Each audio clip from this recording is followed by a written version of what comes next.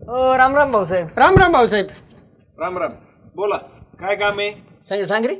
तुला काय झालं तू सांग ना, तुला काय पाहिजे झाली? तुम्ही काय दोघे इथं टाइमपास करायला आलेत काय? तसं असेल तर मी निघतो. भाऊसाहेब ऐकून घ्या ना. तिकडे बघा, आता इकडं बघ. संजय तुला म्हणलं नव्हतं का भाऊसाहेब एकदम जॉन हॅब्रॅम सारखे दिसतेत म्हणून? नव्हतं म्हणला. मगाशी नव्हतं म्हणलं का? हा म्हणलं होतं तेच. अरे बॉडी बघ. हे बघ सिक्स पॅक. आयला दंड तर बघ भाऊ भलीच. हा हे तर इथले वाटतच नाहीत. मग कुठले वाटते? फॉरेनचे थेट. हा अरे त्यांनी एकदा गॉगल घातला ना. घालतो ना. बघा बाबो, एकदम फॉरेनचे काय हॉलिवूडचे स्टार वाटून राहिले मला तर. बोला, काय काम आहे ते बोला. ते सुगंधाला आहे ना कुपन काढायचे, तेवढा रहिवाशा दाखला देऊन टाका आम्हाला. अरे संजय भाऊसाहेब आपलेच येते, आत्ता देतील 2 मिनिटात. तू नको टेन्शन घेऊ. सुगंधामध्ये त्याच ना की ज्यांना आपण घरकुल योजनेमध्ये घर दिलं त्या? हो त्याच. नाही देऊ शकत दाखला. का बरं? का नाही देऊ शकत?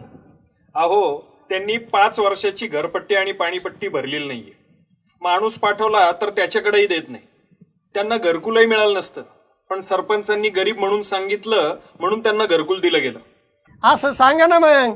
आता देऊन टाकितो तिची घरपट्टी आणि पाणीपट्टी. मग नाद नाही करायचा. गौतवानी पैसे आपल्याकडे. गौतवानी किती आहे? 5,000. संजय देऊन टाक. तू देऊन टाक ना. गेली ना हवा. लोक उगाच म्हणत नाही.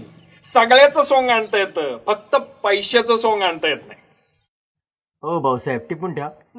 अहो देऊन टाकितो आम्ही खळं झाल्यावर. थोडंच पळून चाललोत गाव सोडून. तुम्ही नाही पळून जायचे हो, तुम्ही आम्हाला पळून लावाल. हा मला इथे सरपंचानी पाठवलंय. वाटलं तुम्ही फोन लावून त्यांना. बर.